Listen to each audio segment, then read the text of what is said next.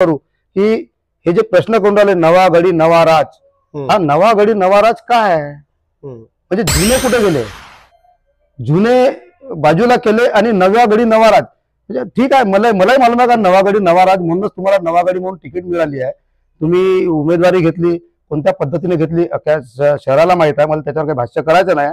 पण नवा गडी नवा राज म्हणजे तुम्हीच सर्व राज करणार आणि जुन्यांना डावलून देणार, असा त्याच्यातला माझा आणि जनतेचा अर्थ निघतो असं माझं मत आहे. मागच्या नगर परिषदच्या कार्यकाळात असंख्य भ्रष्टाचाराचे विषय बाहेर आले आणि बरेचसे आम्ही आमच्या चॅनलवरही दाखवले. त्यामध्ये भ्रष्टाचाराच्या विरोधात जे कोणी मुद्दे उचलले ते इथल्या काँग्रेसने नव्हते उचलले, तुमच्या भारतीय जनता पार्टीच्या काही नगरसेवकांनी उचलले होते. आता तुम्हाला माहिती आहे नाही माहिती आहे, पण मागची नगर परिषद उमरेडची जितकी काही बॉडी होती हे भ्रष्टाचाराने बुजबुजलेली होती अशी गावात चर्चा आहे. तुमचं काय म्हणणं आहे? नमस्कार. निवडणुकीच्या रणधुमाळीत एक नवीन अध्याय सुरू होत आहे उमरेड नगरीमध्ये. नवीन अध्याय म्हणजे असं की आजपर्यंत पाहायला मिळत होतं की उमरेड शहरामध्ये भारतीय जनता पार्टी आणि काँग्रेस अशीच लढत आपल्याला प्रत्येक वेळेस बघायला मिळाली. आज थोडासा बदल म्हणजे असा की भारतीय जनता पार्टीने काही निष्ठावान कार्यकर्त्यांना नाकारलं, काही म्हणण्यापेक्षा असंख्य निष्ठावान कार्यकर्त्यांना नाकारलं. त्याच्या प्रचिती अशी की तिथले बरेचसे नाराज लोक हे शिंदे सेनेत गेले, शिंदे सेनेकडून उमेदवाऱ्या भरल्या आणि आज रणधुमाळीमध्ये असा नवीन अध्याय सुरू होत आहे की शिंदे सेना ही उमरेड नगर परिषदच्या मध्ये आज फाईट मध्ये दिसत आहे.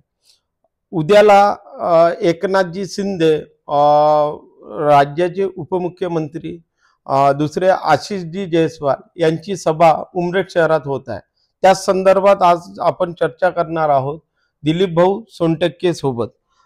भाऊ, आमच्या चॅनल मध्ये आपलं स्वागत आहे. उद्या एकनाथजी शिंदेची सभा उमरेड मध्ये आहे, किती वाजता आहे, काय त्याची थोडी माहिती द्या. आमच्या आज काही नेते आलेत, सन्माननीय कृपालजी तुमाने, सन्माननीय दीपकजी सावंत. आज मला त्यांनी माहिती दिली की उद्या आपल्याला एकनाथजी शिंदे साहेब हे 3 वाजता हेलिकॉप्टर दौऱ्याने आपल्या उमरेड नगरपालिकेच्या शिवसेनेच्या अधिकृत उमेदवार आणि त्या अध्यक्षपदाच्या आणि नगरसेवक पदाच्या सर्व उमेदवाराच्या प्रचाराकरता उमरेडला 3 वाजता जुना मोटर स्टँड दुर्गा स्टेज इथे आयोजित केलेली आहे. त्या निमित्ताने शिंदेसाहेब आपल्या आशिषजी जयस्वाल साहेब आणि त्यांच्यासोबत अनेक नेते अजून त्याच्यामध्ये सामील राहून आमच्या प्रचारासाठी सभेला संबोधित करणार आहेत. दिलीप भाऊ, म्हणजे असं पाहायला मिळत होतं की शिंदे सेना लढेल आणि एक नॉर्मली लढेल बा, पण आज उपमुख्यमंत्र्यांची सभा म्हणजे पूर्ण ताकदीनिशी लढत आहे असं एक चित्र दिसत आहे. आणि तुमचे 13 उमेदवार बरोबर ना, 15 नगरसेवकचे उमेदवार आणि 1 नगराध्यक्ष, म्हणजे पूर्ण ताकदीनिशी शिवसेना उतरत आहे हेच चिन्ह दिसत आहे त्यावरून. बरोबर. मी पहिले भाजपमध्ये काम करायचा तेव्हा पण मी कोणतंही इलेक्शन, कोणत्याही नेत्याचं इलेक्शन असलं तरी मी ताकदीनेच काम करत होतो. आता नव्यानं जे भाजपमध्ये जे नेते आलेत आणि काही जुन्या नेत्यांनी दिलीप सोनटक्के या प्राण्याला खूप हलकं समजलं, पण मी तो हलका नाही. मी ज्या ठिकाणी जातो त्या ठिकाणी इमाने इतबारे निष्ठावंत बनून आणि ताकदीनं, मग माझं काय मागं पुढं होते मी कोणता विचार न करता तन मन धनाने कोणतेही इलेक्शन लढतो आणि कोणाचं लढवायचं असलं तर लढवतो.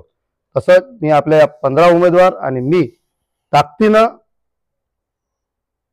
उमरेड नगरपालिकेच्या परिसरामध्ये आम्ही खूप प्रचार करून घरोघरी जाऊन आमच्या लोकांना विचार मांडून आम्ही आज या प्रचाराला चांगली सुरुवात केली आहे आणि मी ताकदीनं लढणार आहे, याच्यात काही दुमत नाही. बरेचसे तुमचे उमेदवार नगरसेवक पदाचे हे आज फाईट मध्ये कुठेतरी चर्चा शहरामध्ये सुरू झालेली आहे. त्याचप्रमाणे नगराध्यक्षही पदाच्या उमेदवाराची चर्चा आज जोर धरत आहे.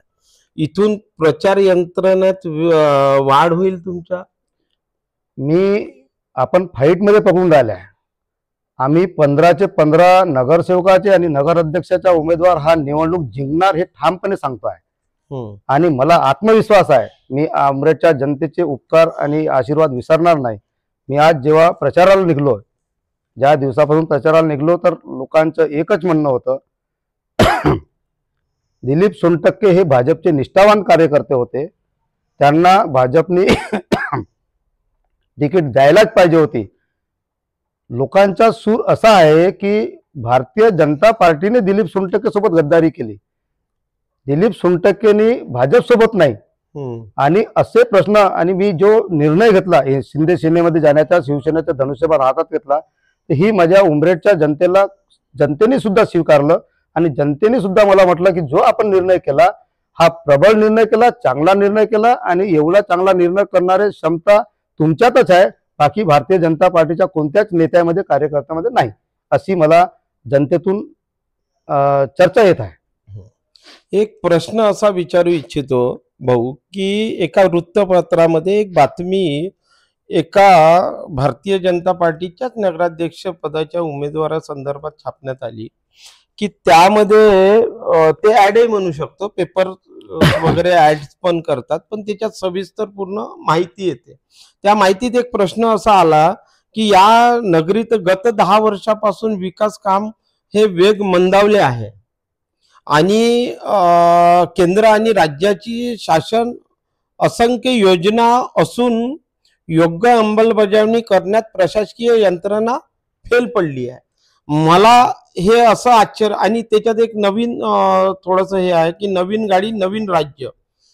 मला एक नाही समजलं की इथल्या मागच्या नगर परिषदच्या कार्यकाळ म्हटला तर 1 नगराध्यक्ष आणि 19 नगरसेवक आले होते, म्हणजे सत्ता यांचीच होती. हा प्रश्न म्हणजे हे उत्तर काय पद्धतीचं आहे हे समजायला मार्ग नाही. त्याच्यावर असा आहे, राजकारणाचा अनुभव असायला पाहिजे. राजकारणाचा अनुभव कमी असला तर ह्या गोष्टी येतात. मला हे सांगा, भारतीय जनता पार्टीचं सरकार आहे, भारतीय जनता पार्टीचे 19 नगरसेवक आणि 1 नगराध्यक्ष आणि 2 कोऑपचे नगरसेवक, हे मी भाजपमध्ये असताना हिरिरीनं निवडून आणले. मी माझ्याही सिंहाचा वाटा त्याच्यामध्ये आहे.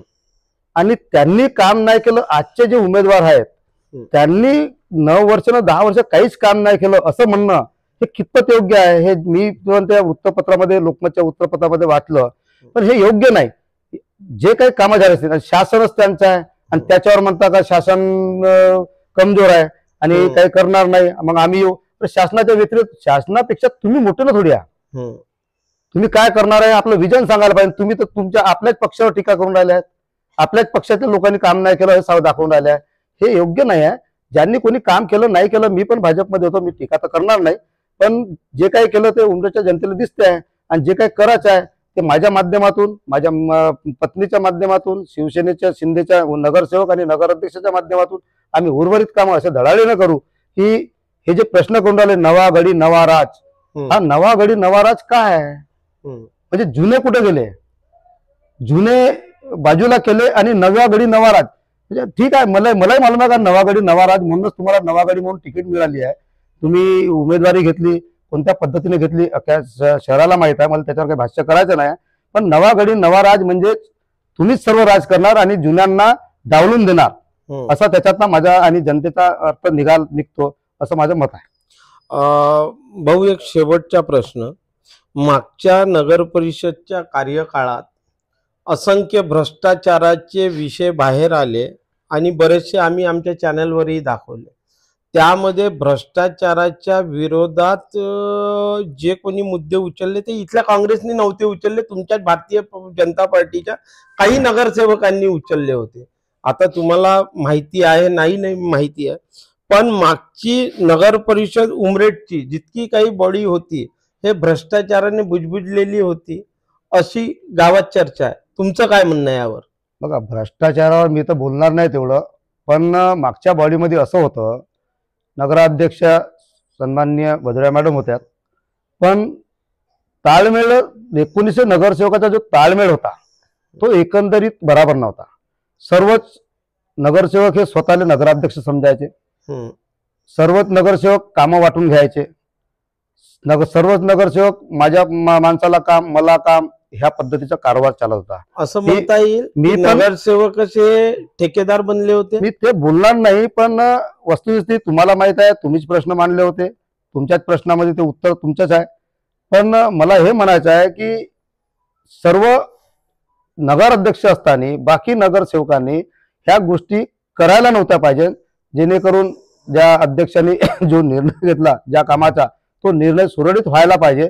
पण कसं होतं, काही काँग्रेसचे त्यावेळेस आयात केलेले लोक त्यांना नगरसेवक बनवलं होतं.